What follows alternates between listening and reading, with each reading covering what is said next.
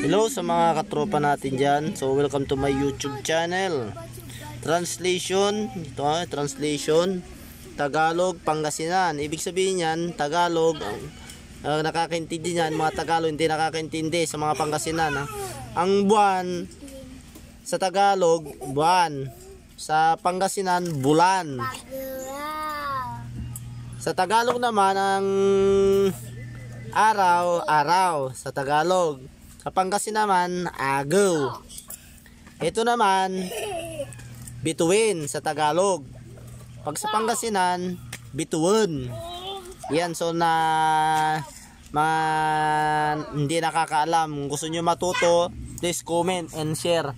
Kung gusto nyo matutong magpa-translate ng mga salita ng Pangasinan, pumuntak lang kayo sa akin, no? Comment kayo para mabigyan ko kayo ng tip, ha? Yan ang masasabi ko sa inyo, mga katropa. Sample ko lang yan, ha? Sample lang yan, sample.